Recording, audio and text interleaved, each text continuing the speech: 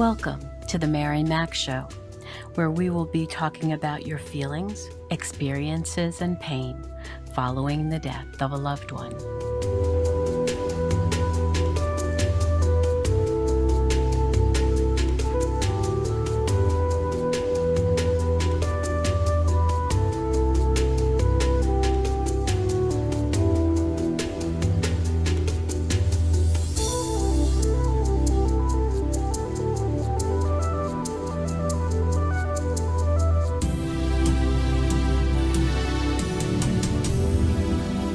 Hello, my friends, my warriors. This is Mary Mac of the Mary Mac Show. I have the distinct pleasure of joining me today, Mareka Cole. She lives in California with her husband, Mark, and she has had the horrible experience of losing two sons in different incidences. One, Mario, was killed by a motorcycle accident. And Marek, is that correct? Marek. Marek. Oh, my apologies. Marek was killed by Carfentanil. And both of them were 25 when they were killed. Mario was killed in 2014, and Marek was killed in 2021, poisoning by Carfentanil, and we will learn all the details as we move forward. They live in California, as I mentioned, and she is the northern representative for drug-induced homicide. She is very active in this field. She helps other parents who come after her with support and also with training in different schools and passing bills and doing whatever is necessary to change the laws and educate children and families as to this scourge that we're all living through right now, which is taking hundreds of thousands of young lives, and it has to stop. So I applaud her for all her work, and I'm grateful she's with me today. And I thank you so much for being here.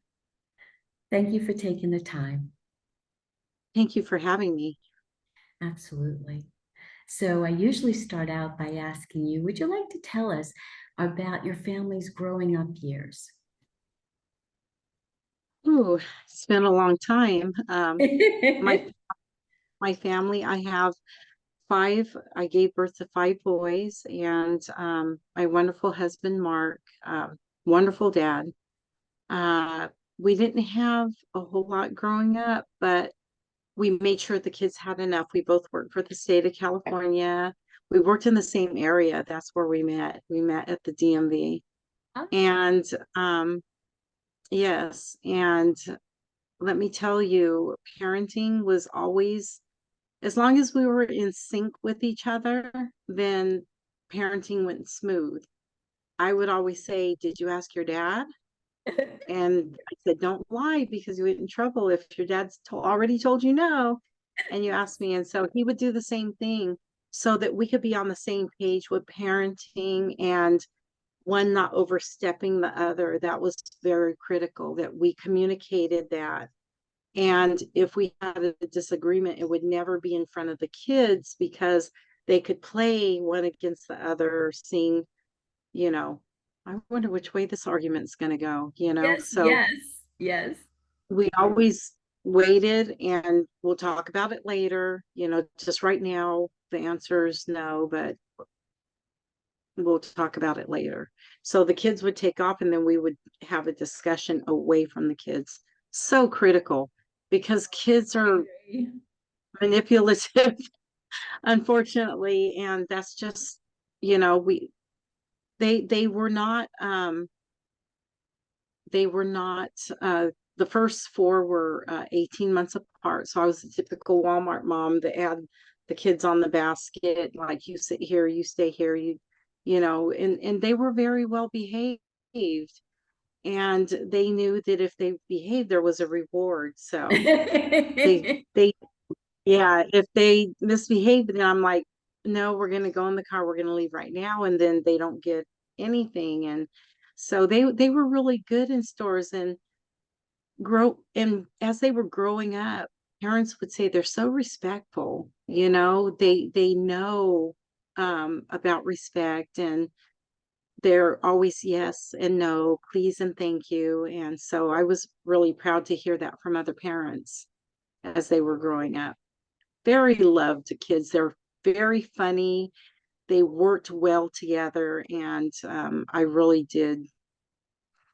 Their upbringing was, pretty smooth, and I wouldn't say uneventful, but it was okay. It's not something like, I am so glad this is over. No, it was pretty smooth. And so as they got into adulthood, they were the type of kids like, I'm going to call my mom. I'm going to go to my mom's house. When Mario bought his first house, it has to be near my mom. Nope, that's too far.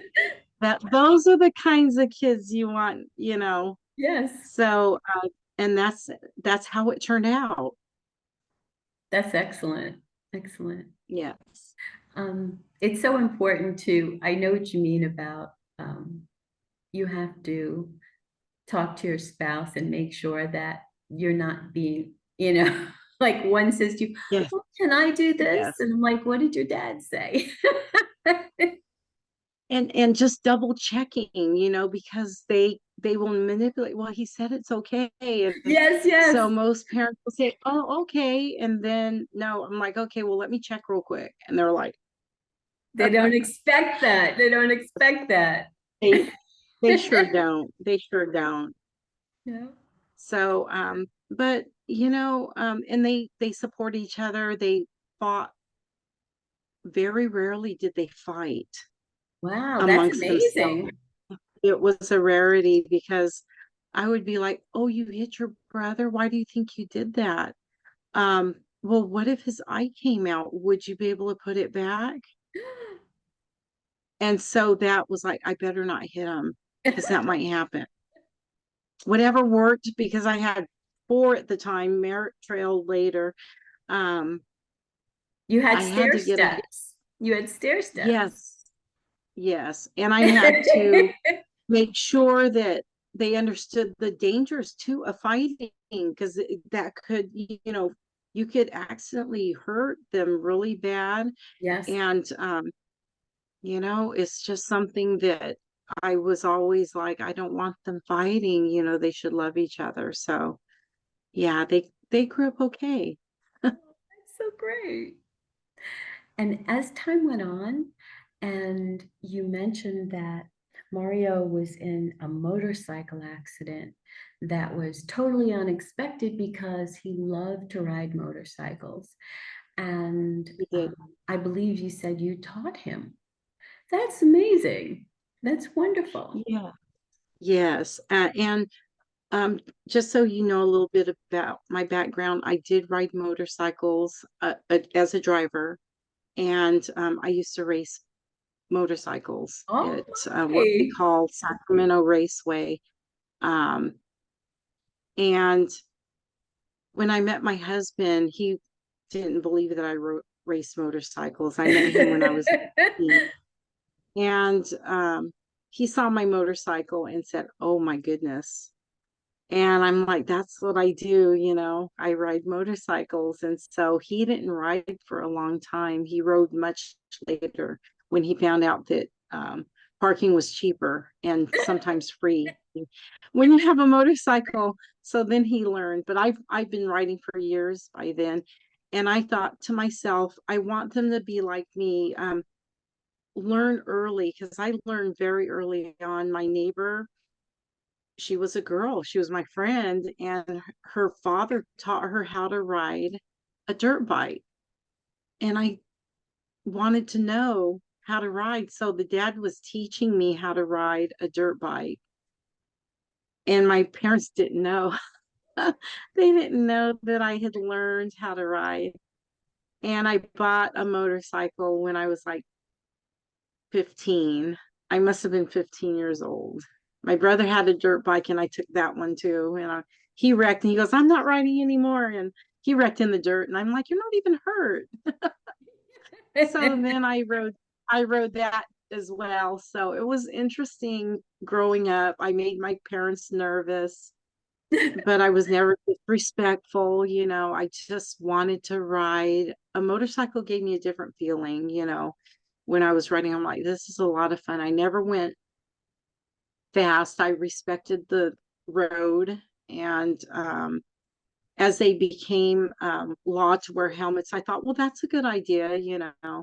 So I wanted to teach my kids early so that they will learn the dangers of the road, how to watch out, be aware, how to fall.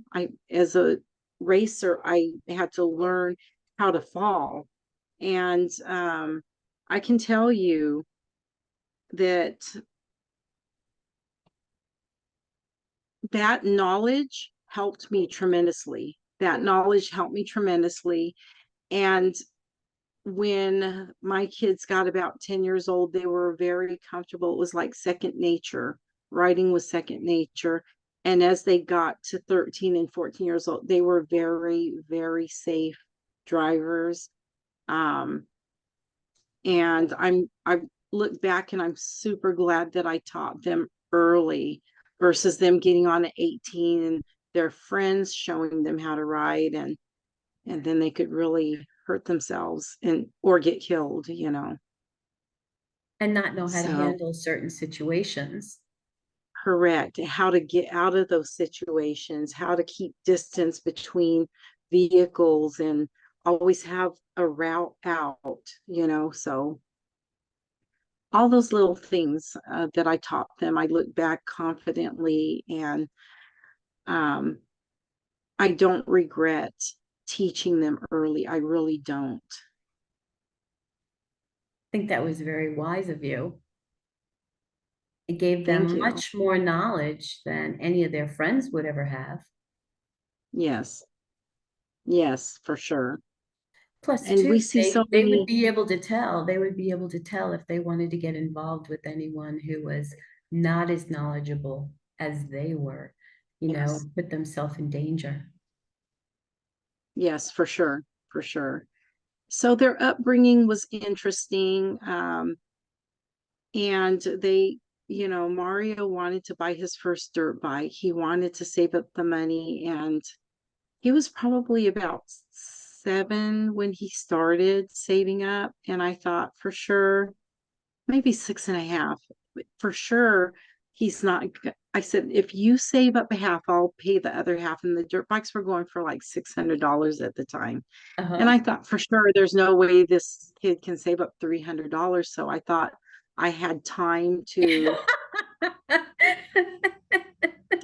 he'll grow up and not want it at 6.5 and 7 years old. And what happened was they would get allowance for doing their chores. They would not buy, like the other kids are like, I'm going to take my allowance. I'm going to buy ice cream from the ice cream man. Not Mario. Mario was like, Mom, I just love your ice creams. Can I get one from the freezer? He knew how to save his money. And I want to say within 6 to 8 months, it wasn't even a year, he had half of his money. His dad would say, Mario, I need to get gas really quick. If you let me borrow 20, I'll give you 25 back. Okay. And Wow. next thing he knew, he had $300. And Wow. yes, yes, Isn't that Mario, amazing? it to me, it was At that genius of age to know, right? At that age to know that he could earn interest basically on something so yes, quickly. yes. We called it the Mario tax. We had a name. Oh, that's so Yes, funny. yes. And so, I look back on memories like that, and I'm like, you know what? These kids are incredible.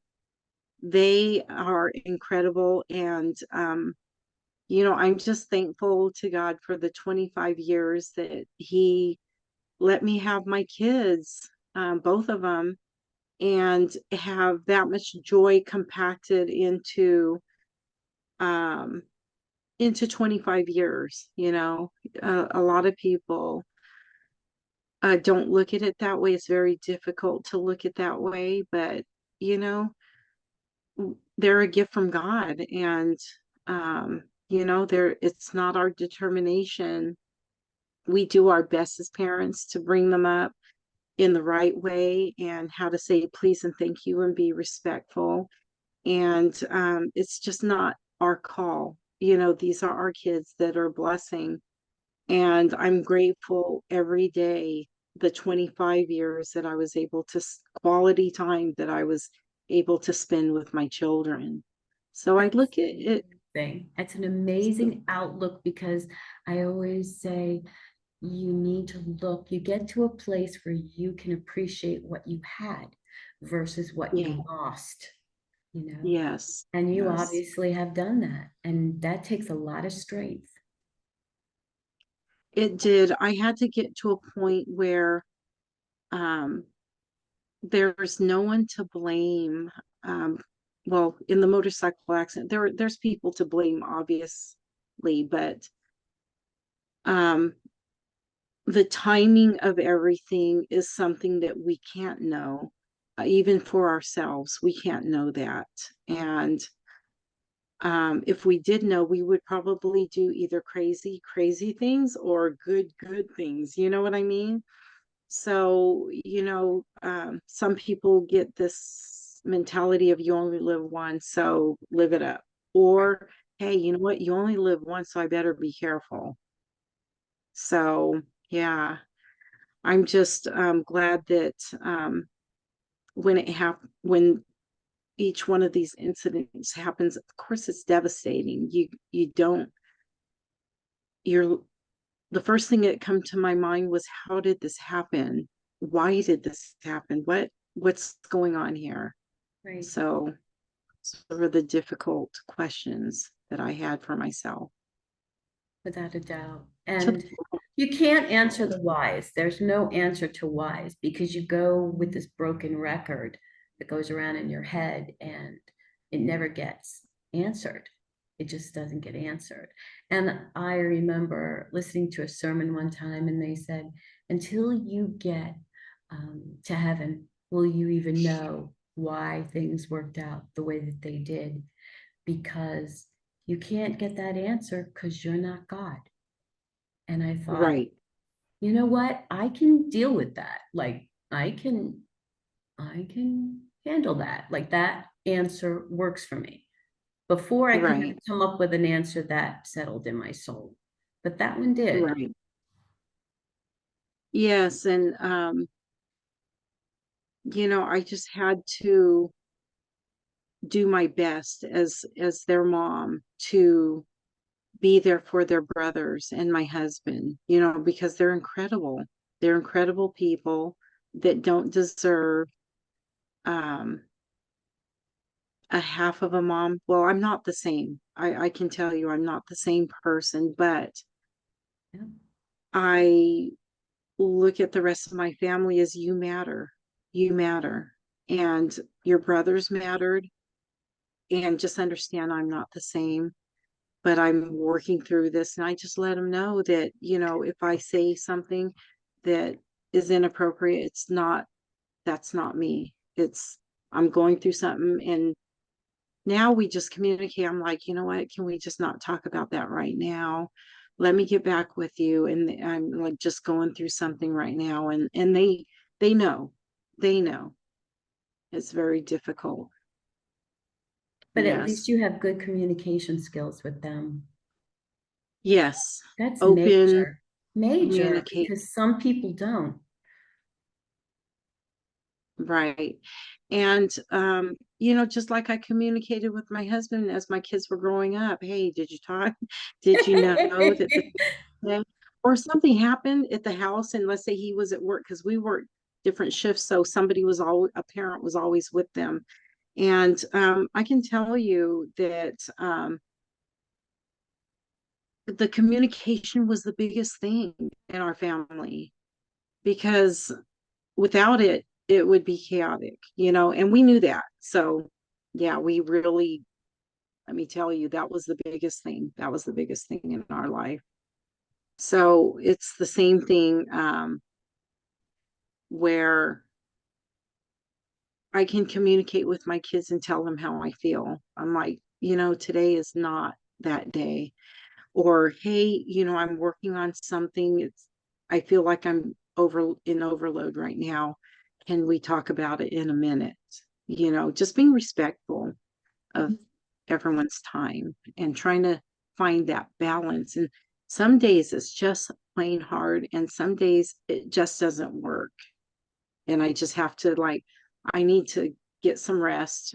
I'm probably just overtired, and I know when to shut it off and get my rest. Um, I'm the type of person that I don't depend on medications, antidepressants, even though they work miracles for so many people. And I don't think people should not do what I do, if they're not comfortable with it. But I chose to always, for my children's sake, my existing children, to be there for them. And how can I be there for them if I'm sleeping, or if I'm complacent and not being in control of my thoughts Right. because of medication? So I chose the hard route of just grabbing the bull by its horns and just saying, okay, anxiety, let's do this, because you're not going to win. And I had to take on that mentality because, um, I think that medication would have taken a toll eventually. Um, and we see so many public announcements about, if you've been a victim of taking XYZ, you are Right. now allowed for compensation. So I didn't want to be that victim. And so I chose to just deal with it on a daily basis, minute by minute. And it was hard in the very beginning when I decided to do this. And I thought, you know what? I've got this. When Mario passed, I didn't stop talking about him because I felt that that would not give him the attention that he needs. His name should not be forgotten just because he passed away. He had so many friends and so many people that, respected him as he loved to work on cars, him and Mark. And Mark still works on cars. That's his second skin, his second nature is working on cars. And so they would work on cars, and they would help their friends work on their cars. And they were in a car club. They developed a car club, and that's what they did. That was their passion. I could say that was their number one passion, was cars. And when Mario had we had his funeral, his friends and his coworkers all raised money. And I realized just how many friends he had. It was just, we had a Wow. car wash, and just so, so amazing that so many people reached out. And when we had his funeral, it had to be outside because it would have been standing revolving room type of thing. So we did it outside, and we printed up 300 flyers knowing that we would probably run out, and we didn't have enough. So that's how many people he touched. And this is what gives me anxiety when I am in big crowds. It just reminds me of the funeral. And when he for some reason told his brother, hey, if anything happens to me, I would want a viewing, I would want this. And I thought, but he got in a motorcycle accident, how's that going to work? And because of the nature of how we got hit, we were able to do an open viewing. And just the many people that were not rifling through, but walking through and talking to me. I only remember a small portion of that because my brain couldn't process what's going on here and why we're doing this. Sure. So it was very um, it was very devastating. And here I am burying my son. I'm like, this is not supposed to happen. So my mom came to his funeral, and there was a lot of chaos between my siblings and my mom. And but my mom came to his funeral, and she would not put down his obituary. And she ended up passing away 2 weeks after Mario. Oh my And goodness. it was devastating. And I was like, I I can't, I just buried my son, and I just, you know, had this very overwhelming um feeling, and my siblings were angry and said, well, if Mario wouldn't have passed, she would be alive. Oh, That just type of attitude. lovely. So comforting, isn't it? That must have been so You know, impactful to you. when I say that some people are pieces of work, the two, Yes. no, I was the youngest, and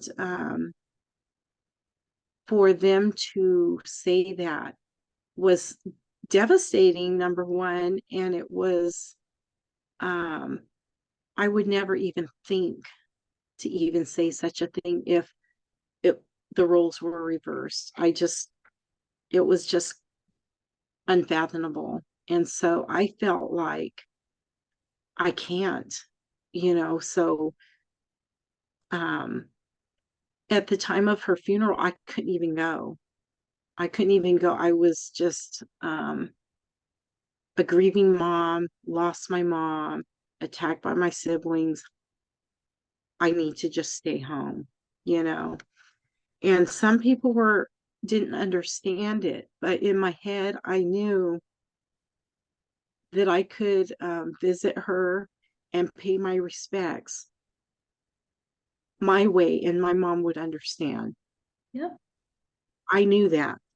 Yep. So I ended up doing grief that way. And knowing that the siblings that I grew up with, they're not the same people. They handle grief differently, but when it turns into a blame game, I had enough. I had enough.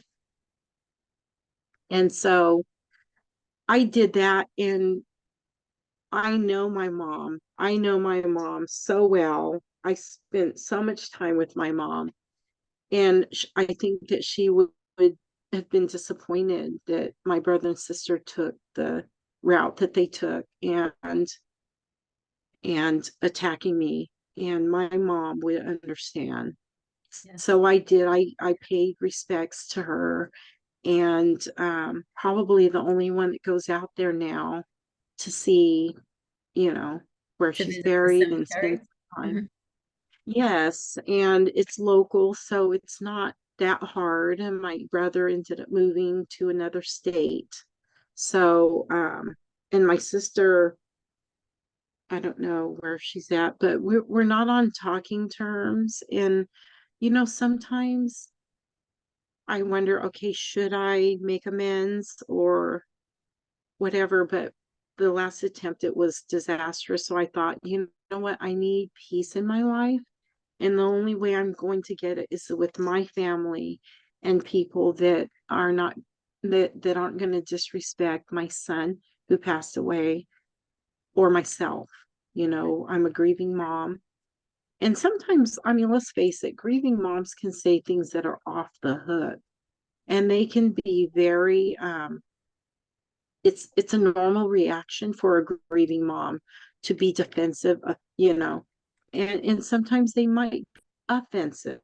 And people need to understand that this is just a mom grieving, and don't take anything they say seriously. You know, sometimes we come to think about, oh, did I say that? Oh my goodness. And they end up apologizing.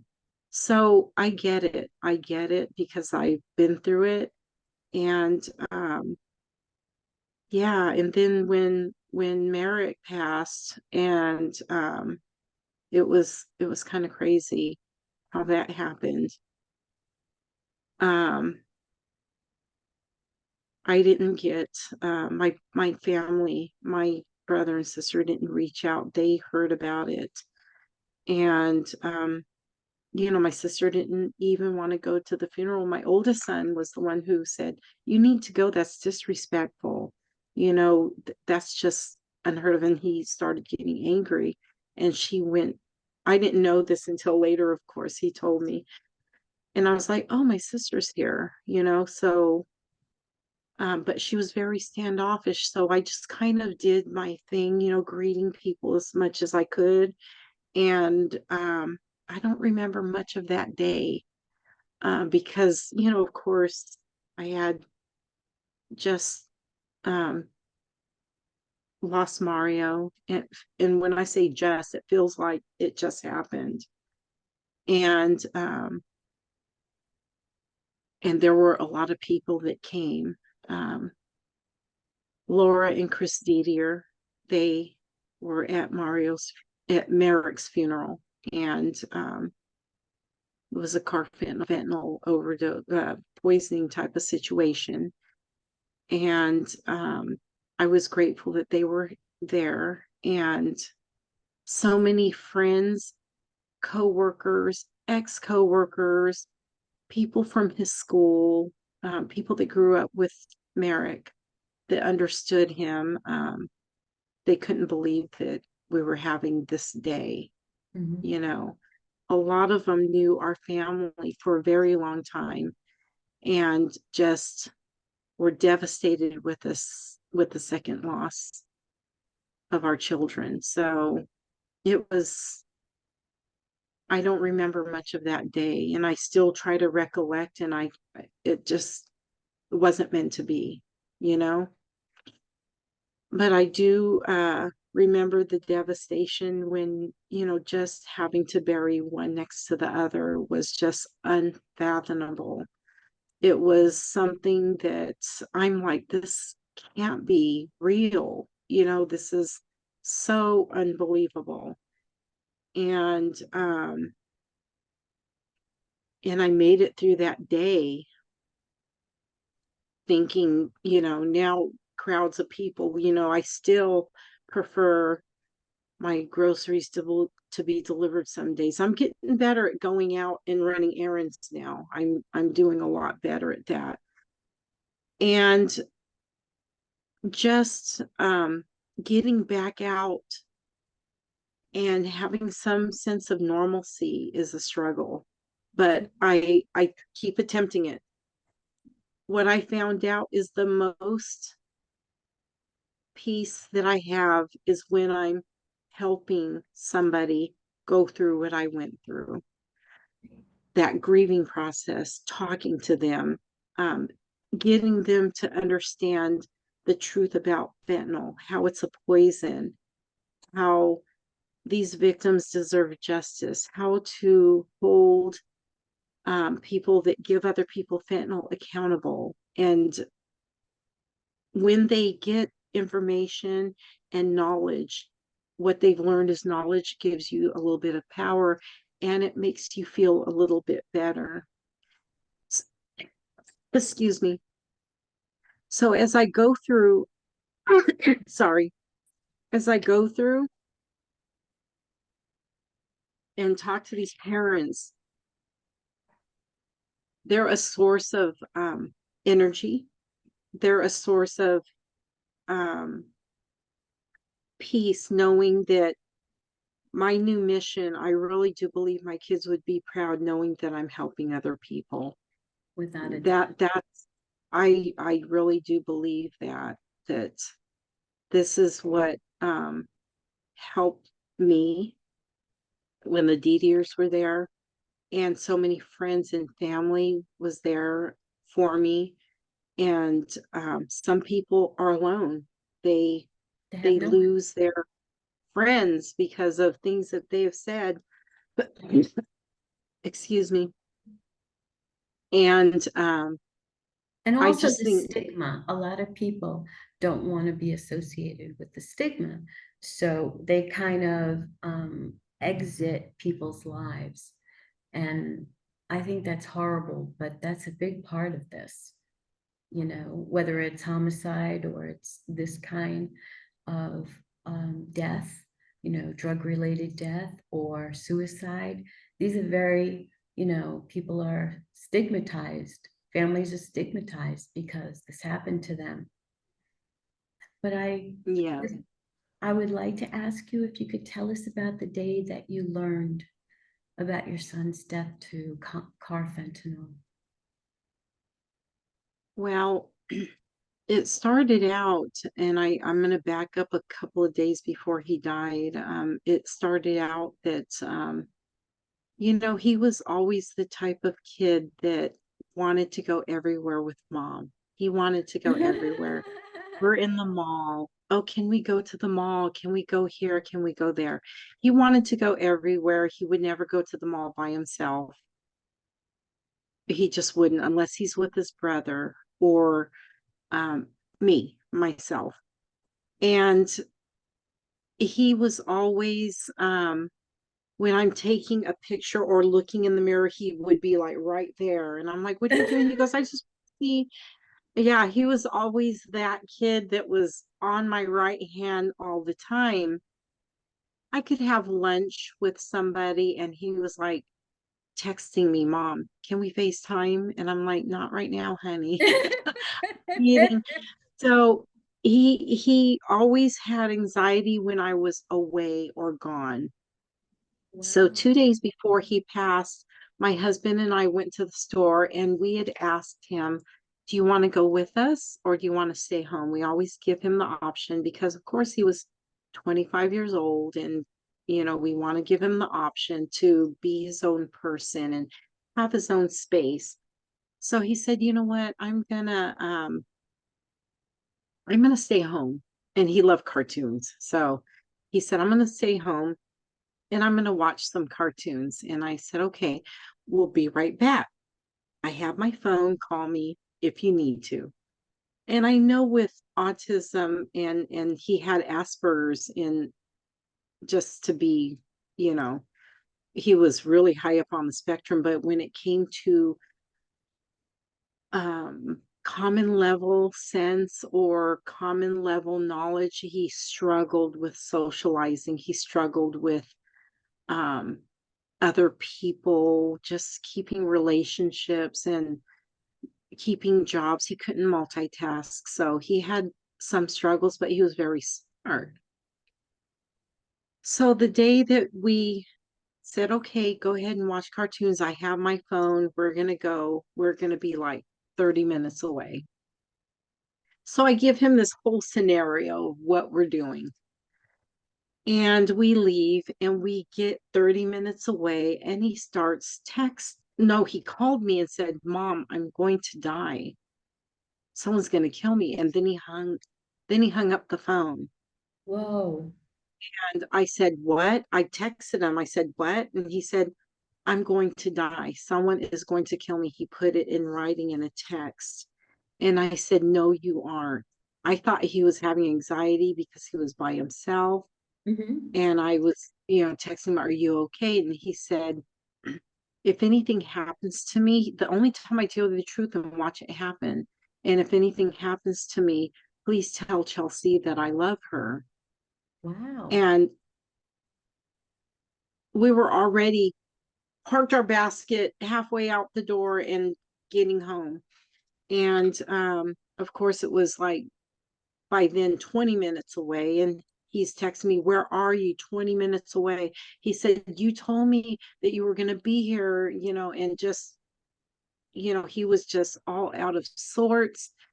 And I get home and my son had called the police. He dialed 911 and said, someone's going to kill me. I'm going to die. Said the same thing to the police.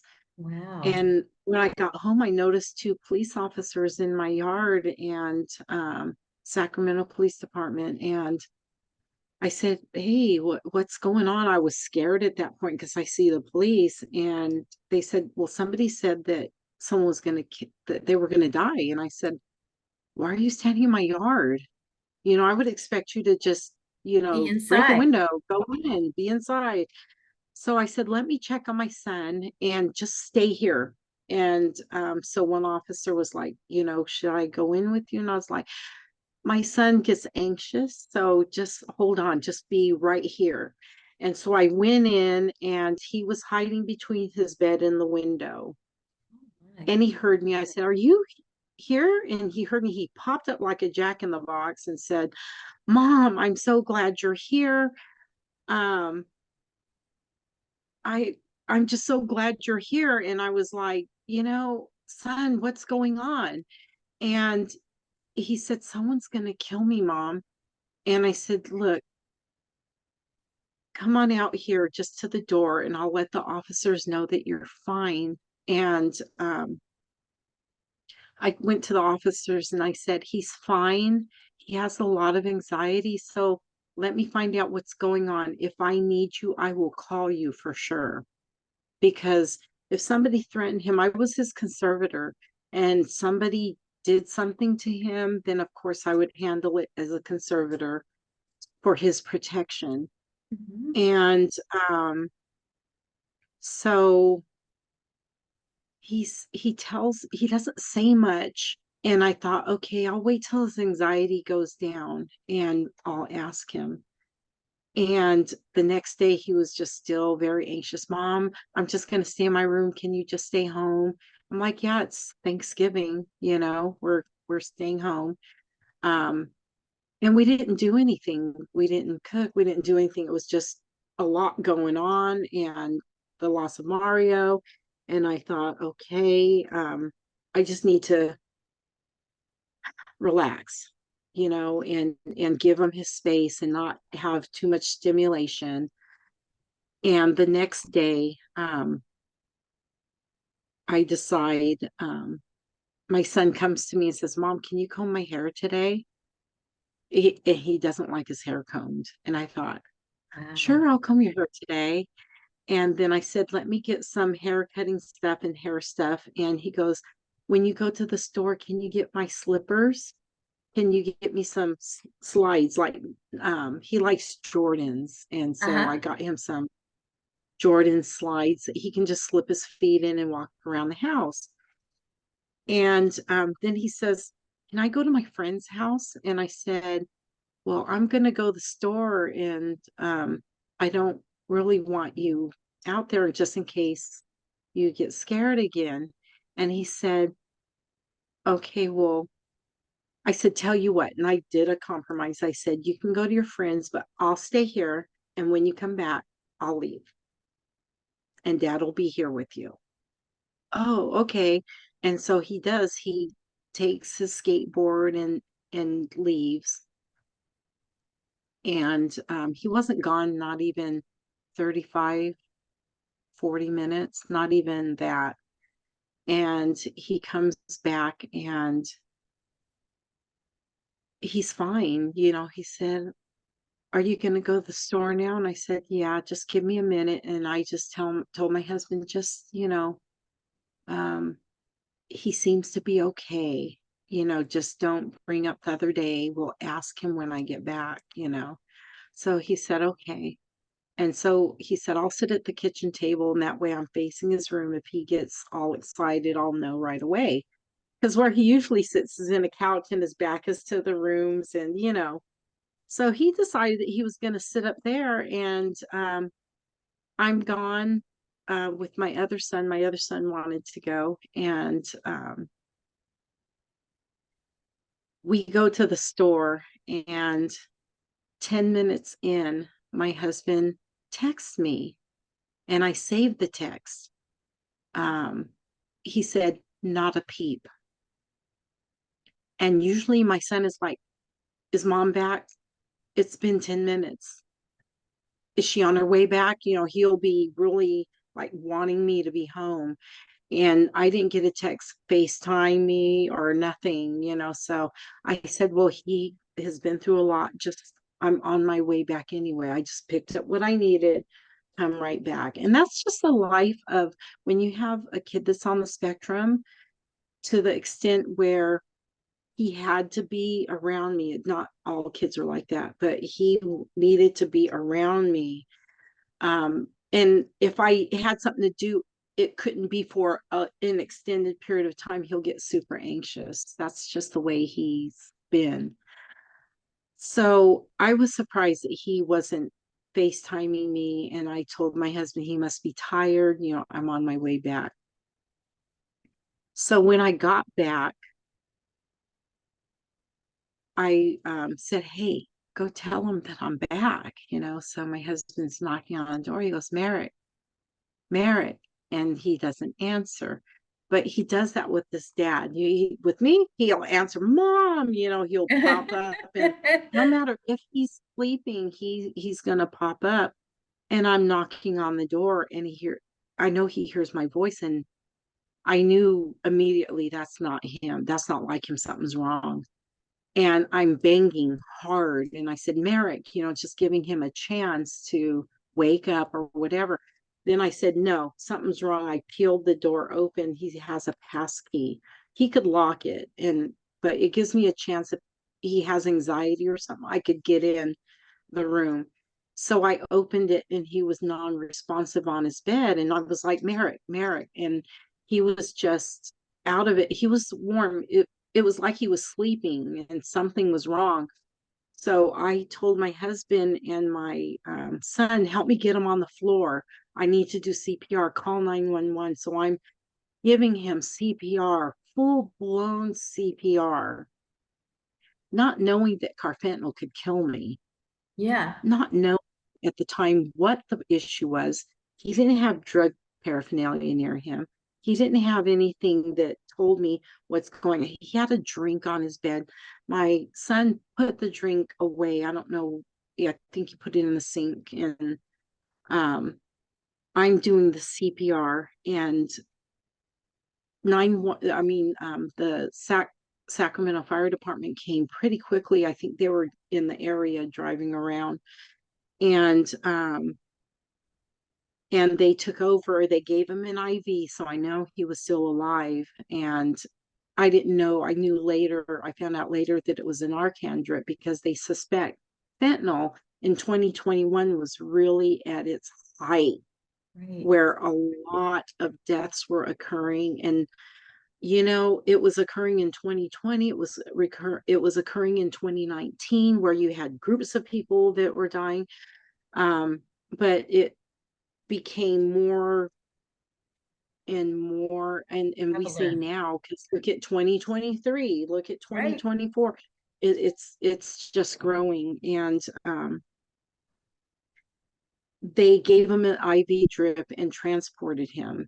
And so what I decided to do is get my stuff, close his door, don't mess with anything. We got to figure out what happened to him. Um, we get to the hospital and he had already passed. They could not figure out why this drip wasn't working. And it was because it was carfentanil. And come to find out that he had 87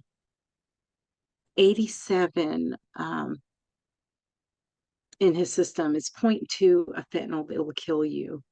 0.2 of fentanyl. So 0.2 of carfentanil could kill at least 200 people. And he Oh my God. 87 of carfentanil. And there were other things mixed in that that attributed also to um, his death, but it was in a drink form. And a lot of pictures that I have, he has a drink like Jamba Juice or Starbucks or whatever. And I'm sitting there thinking, how can this happen? What just happened here? And it was just something that time stood still for me. And I thought, the first thing I thought is I need to pray. I need to pray for wisdom. I need to pray for courage. I need to pray for peace, however I could get it right now, because I can't. This is my second child. And we were all at a loss, like, what just happened here? I'm going to pause there. Next week, in part 2, we will continue our conversation with Mareka Cole, and she will describe in detail how she had to do her own investigation into her son's murder to fentanyl. But she eventually finds out it's really Carfentanil that killed him, and that's 100 times more potent than fentanyl. I hope you will join us then. Meanwhile, please subscribe, rate, review, and comment. It's very important that our channel gets raised in the algorithms so that more people will be exposed to this information who definitely need it. Thank you for helping us to bring awareness on this subject. Have a wonderful week, and we'll see you next Sunday.